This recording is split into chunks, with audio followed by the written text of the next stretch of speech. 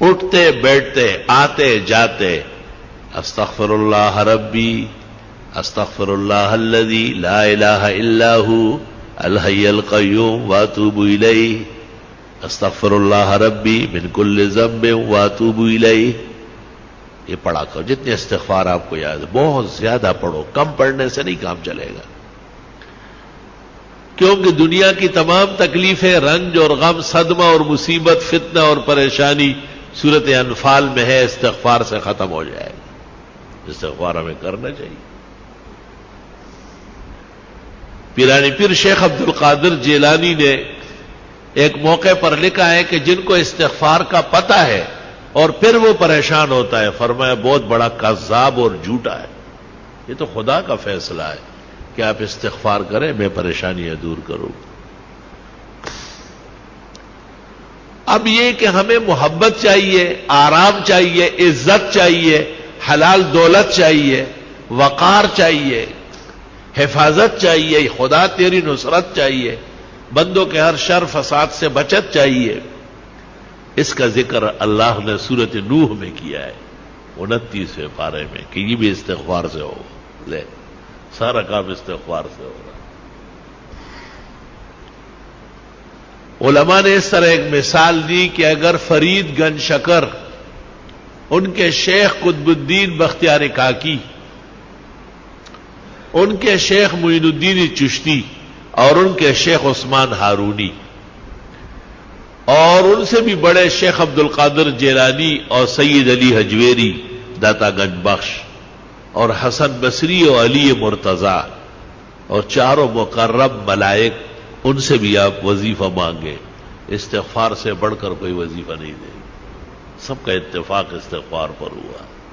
استغفر اللہ ربی من کل ذنب واتوب الیہ استغفر اللہ الذی لا الہ الا هو الحی القیوم واتوب الیہ. اب ایک آدمی استغفار کر رہا ہے اور وہ فائدہ محسوس نہیں کرتا تو قرآن تو سچا ہے، ہمارا ایمان ہے، اس میں کوئی کمی ہے نا. وہ عورت نے وہ چاند دیکھا ایسا چاند کی طرح، تو انگلی کے ساتھ کوئی چیز لگی تھی نامناسب، کہنے لگی چاند تو بہت اچھا لیکن بدبو آ رہی. تو بدبو تو آپ میں ہے، چاند میں تھوڑا ہی ہے. اب اپنے آپ کو اس معیار پر لانا ہے کہ ہمیں استغفار سے وہ فائدہ پہنچے جو اللہ تعالیٰ نے سورت انفال میں بیان کیا ہے. وما كان الله ليعذبهم وانت فيهم وما كان الله معذبهم وهم يستغفرون.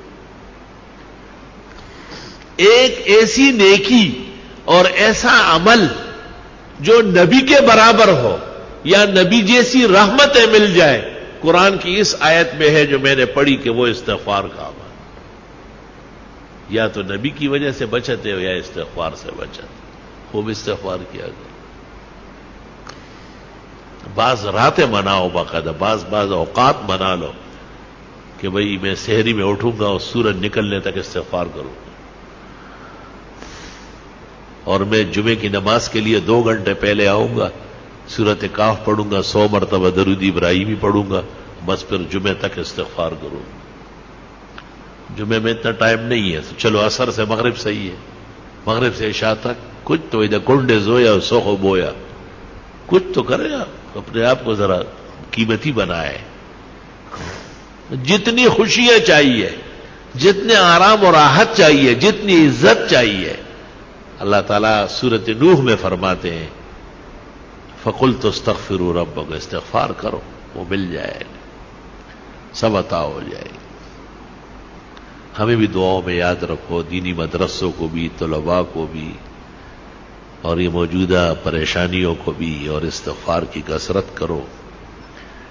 راتوں کو بستر پر جاتے وقت 33 دفعہ سبحان اللہ، 33 مرتبہ الحمدللہ، 34 مرتبہ اللہ اکبر پڑھا کرو. آج ہی بخاری شریف میں آ رہا تھا کہ حضرت فاطمہ آئی اور ام المومنین عائشہ کو کہا کہ حضرت غلام بانٹ رہے ہیں، مجھے بھی کوئی نوکرانی دے دے. جب حضرت آئے بتایا، انہوں نے کچھ کہے بغیر ان کے گھر گئے اور ان کو کہا بس رات کو یہ پڑھا کرو 33 مرتبہ سبحان اللہ 33 مرتبہ الحمدللہ، 34 مرتبہ اللہ اکبر. یہ دنیا بھر کے غلام کنیز آرام و راحت سے بہتر ہے. تسبیحات دائیں ہاتھ سے پڑھا کرو، بائیں ہاتھ سے اسلام میں کوئی تسبیح نہیں ہے. جو مسئلہ نہیں جانتے ان کو بتانا ضروری ہے، جو جاننے کے بعد بھی نہ مانے اللہ ان کو ہدایت کی توفیق دے. آپ کا کام اور ہمارا کام خیر آگے بڑھانا ہے، خیر منوانا ہماری ذمہ داری نہیں ہے. اللہ نے نبی کو کہا ہے انما علیک البلاغ وعلینا الحساب، آپ پہنچائیں، حساب میں خود کروں. تسبیحات جس طرح نمازوں کے بعد ہے اس سے زیادہ ضروری رات کو سوتے وقت ہے. بہتر ہے کہ باوضو ہو، بہتر ہے کہ پاک کپڑے پاک جسم ہو، بہتر ہے کہ بستر بھی صاف ستھرا پاک ہو، سفید پاک چادر بچھاؤ اس پر. بستر پر آنے کے بعد اگر کوئی حرج نہیں ہے، گرانی نہیں ہے، تو سورت الف لام میم سجدہ ایک بار اور سورت ملک ایک بار ہر رات کو پڑھنا سنت طریقہ ہے. قیامت کے دن شفاعت آسانی سے نصیب ہو جائے گی. قیامت کے دن کی تپش نہیں دیکھے گا، محسوس بھی نہیں کرے گا. لوگوں سے پوچھے گا کہ وہ قیامت کہاں ہے، وہ تکلیف کدھر ہے. فرشتے کہیں گے چل چل الف لام میم سجدہ اور سورہ ملک جو پڑھتے ہیں ان کو نہ قبر میں عذاب ہوتا ہے نہ میدان حشر میں ہوتا ہے. یا رب تیری کتنی عنایات و احسانات.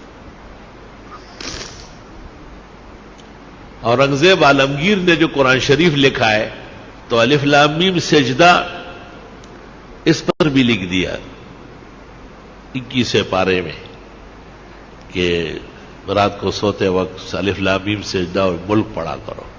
پھر 29 پارے میں جب سورت ملک آئی پھر لکھنے لگا تو کاتبان جو بیٹھے تھے انہوں نے کہا حضرت یہ لکھ چکے ہیں وہاں. کہا آرام سے رہو، وہ الف لام میم سجدے پر لکھا، یہ سورت ملک پر لکھا. اور حدیث شریف لکھنے کے بعد لکھ فرمایا بس اورنگزیب کا یہی مقصد تھا کہ یہ لکھا ہوا قیامت تک رہ جائے، شاید کوئی عمل کر کے اور مجھے بھی قبر کے عذاب سے اور جہنم کے تپش سے اور قیامت کی پریشانی سے اللہ تعالیٰ نے نجات نصیب فرمائے. الحمدللہ رب العالمین. اللہم صلی وسلم علی النبی وعلی آلہ واصحابہ